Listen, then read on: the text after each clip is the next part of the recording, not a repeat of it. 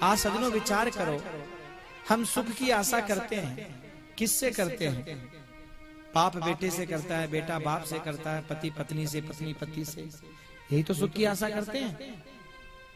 पर एक बात ये भी सोचो कि कोई व्यक्ति तुमको कुछ कब दे पाएगा? जब उसके पास ज्यादा होगा। तुम खुद भूखे बैठे हो और कोई तुमसे आके कहे भैया रोटी दे दो, तुम क्या बोलोगे?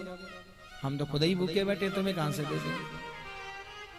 अब जिस पत्नी से आप सुख की आशा कर रहे हो, उससे पूछना तुम कितनी सुखी हो। जिस बेटे से सुख की आशा कर रहे हो, पहले ये देखो क्या वो बेटा तो सुखी है? हाँ? दुनिया में आपको एक व्यक्ति ऐसा नहीं मिलेगा जो ये कह दे मैं सुखी हूं। तो जब सुख से हर आदमी कंगाल है, तो तुम्हें सुख देगा कौन? हाँ? गोस्वामी जी महाराज कहते हैं, अगर सुख चाहते हो, आनंद चाहते हो, तो भगवान प्रभु नारायण की शरणागति प्राप्त कर लो, क्योंकि उनके अलावा और दुनिया में कोई सुख दे ही नहीं सकता। आनंद सिंधु किसका नाम है? गोस्वामी जी रामचरितमानस में कहते हैं, जो आनंद सिंधु सुख राशि। हाँ, जो आनंद सिंधु सुख राशि, सी करते त्रैलोक सुपासी। सी करते त्रैलोक सुपासी।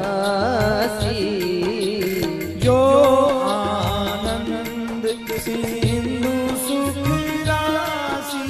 जो आनंद सिंधु सुख राशि, सी करते त्रैलोक सुपासी।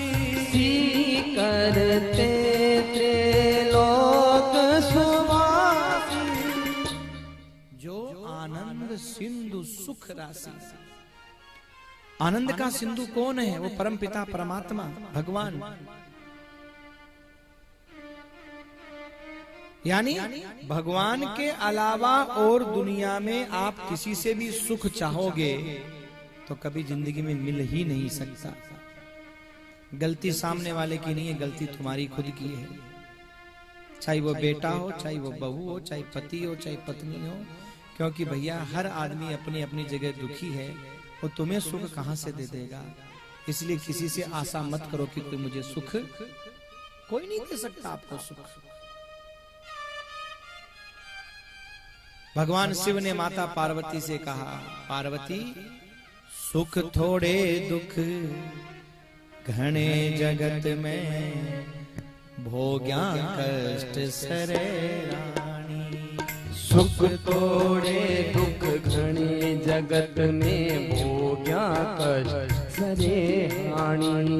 किस किस का दुख दूर करूं मैं, किस किस का दुख दूर करूं मैं, दुनिया दुखी फिरे रानी। दुनिया दुखी फिरे रानी। सुख थोड़े दुख घने जगत में, भोग्या कष्ट सरे रानी। सुख थोड़े दुख घने जगत में, भोग्या कष्ट हरे रानी। किस किस का दुख दूर करूं मैं, किस किस का दुख दूर करूं मैं, दुनिया दुखी फिरे रानी। दुनिया दुखी फिरे रानी। सुख थोड़े दुख घने जगत में, भोग्या कष्ट सरे रानी। सुख थोड़े दुख घने जगत में, भोग्या कष्ट सरे रानी।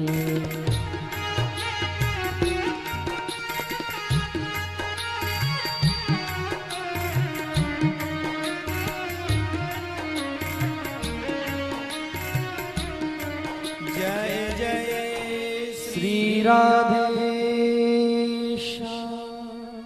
सुख थोड़े दुख गणे जगत में। तो भैया इसलिए जब भी दुखी होना तो दुनिया के आगे मत रोना। कोई तुम्हारे दुख को नहीं बांट सकता। रहीमदास जी क्या कहते हैं? रहीमन चुप हवे बैठिए, देख दिनन को फेर, और जब नी के दिन आएंगे बनत न लगी हैं बेर। जब समय खराब हो तो दुनिया के आगे मत रो, चुपचाप बैठ जाओ, भगवान का नाम लो, क्योंकि जब सही समय आएगा तो तुम्हारा काम अपने आप बन जाएगा। हाँ?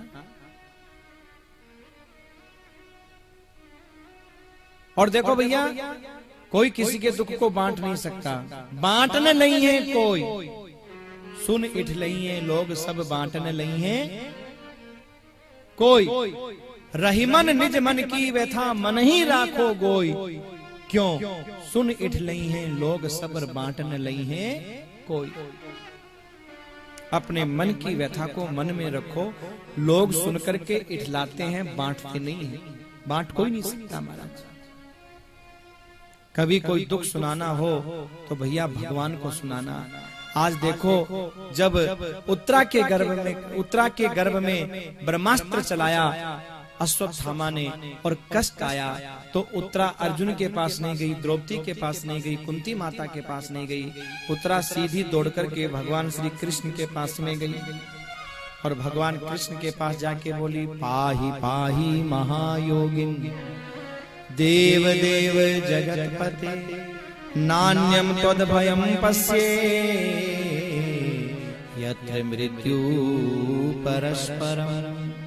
पाहि माम रक्ष माम मामे गर्भो निपत्यताम।